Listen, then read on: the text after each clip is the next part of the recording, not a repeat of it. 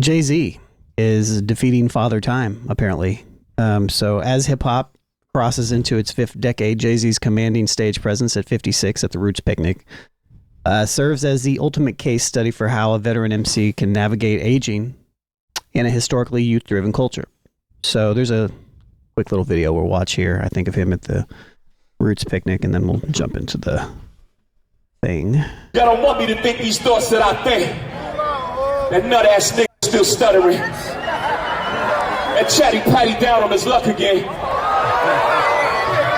Quest introducing me to Jaguar. I don't know why I still f*** with him.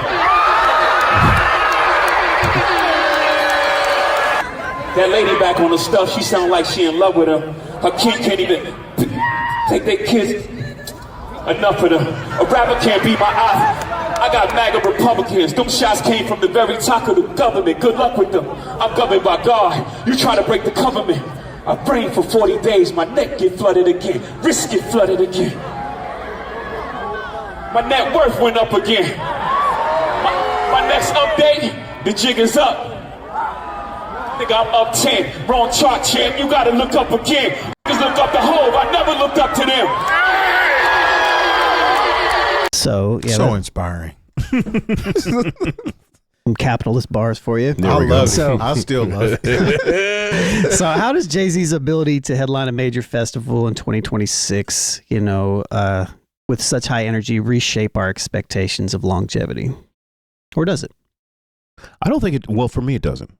Because I've seen artists who aren't as big as far as the record sold, as far as the accolades.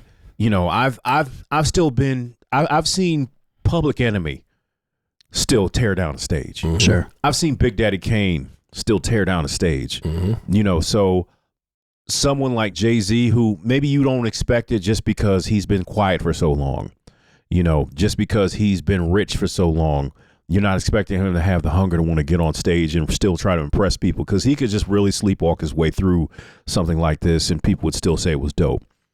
And I don't think that's what he did here, especially when you watch other parts of the show, especially, and I might be biased just because, of Take That Tuesday and what we do is wrong, what that means to, Sure. I mean, as much as it means to the city of Philadelphia, it means something to the city of Indianapolis as well. If you've ever been, in that particular circle, so that was something that I was extremely happy to see, even with Beans, who doesn't have the same ability to rap, what he was still able to do on that stage. You know what I'm saying? Like, these are veterans who who understand what it is to perform.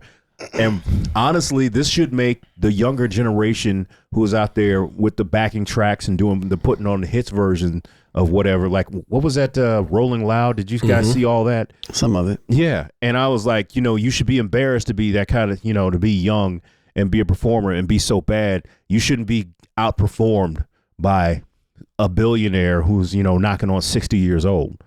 Yeah. It meant something different to them, though. Yeah, because, you would. This is, Jay-Z comes from an era where we still booed people. Yeah. We just didn't accept the fact that you were a celebrity or an influencer on stage and just think that was enough. Yeah, we didn't prop the meme up. No. We made fun of the meme. True indeed. I don't see anything different about this. I mean, it's expected now, especially for anybody to do it at the level that Jay has done it. You know what I mean? When we talk about the pinnacle of success for hip hop, it's probably Jay-Z. Mm-hmm. You know what I mean? So to see him headline a Roots festival, it's not unexpected. And it's like, it's based off the anniversary of Reasonable Doubt too, right? Yeah, Jay is the Rolling Stone of hip hop, pretty much. You know what I mean? Or the Beatles or whomever. Yeah, you know what I mean? So if he puts out dates, people are going to come to that show. Yeah.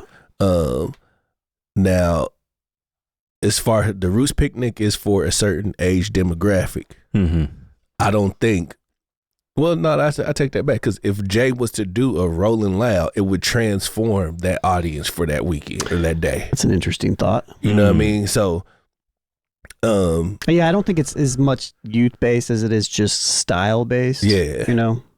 Yeah, so. But it is definitely youth based too. But. Well, you know, because remember when we talked about that time when Meth and Red showed up at, you know, Summer Loud. Jam? No, it was Summer Jam.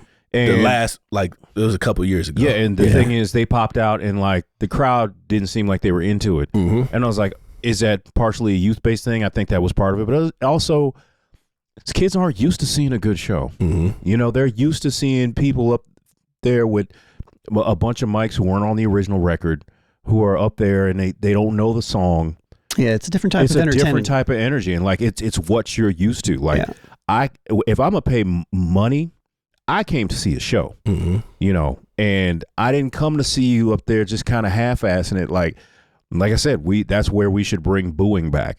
But that's not going to happen because this is a different kind of generation. Too many feelings to be hurt. Yeah. It's like, I can't believe, you know, like when you see Ice Spice, who looks bored sometimes when she's performing her own songs, and like when she forgets the lyrics, she just starts twerking, and then everybody starts cheering. It was like, why would you expect her to get better? That's the pinnacle of talent today. But like, I feel like what Jay did in this headlighting the Roots Picnic, I think it was Friday night's show, I think is bigger than hip hop and so hip hop at the same time.